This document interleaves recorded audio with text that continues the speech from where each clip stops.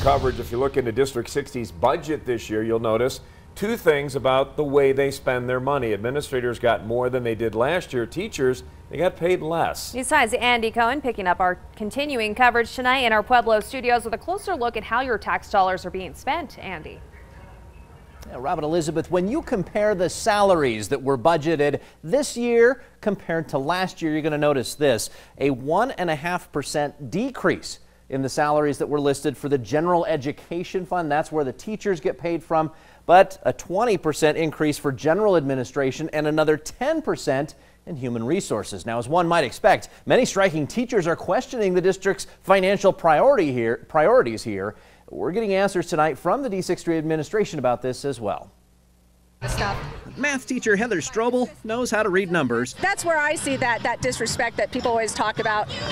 It's in the numbers for me. The cost of living raise that the teachers are striking over would, according to the fact finder, cost the district an extra $1.5 million. But then I took a look at the human resources, general admin, and business services, and those three combined was increased by $1.6 million from last year to this year.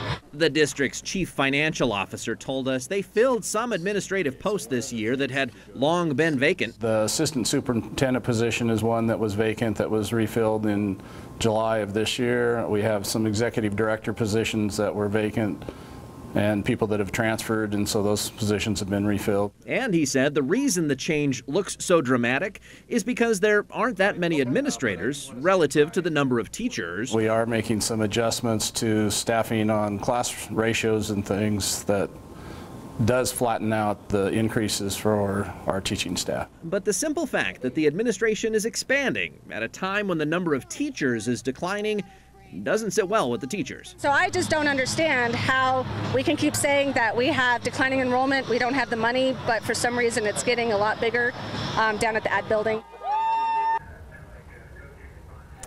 A special school board meeting has been scheduled for tomorrow afternoon at 2 o'clock. Now, I did speak with board member Taylor Voss while he was at that teacher rally in Mineral Palace Park earlier this afternoon.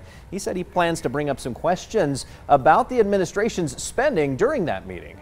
Watching out for you, Pueblo. Andy Cohen, News 5.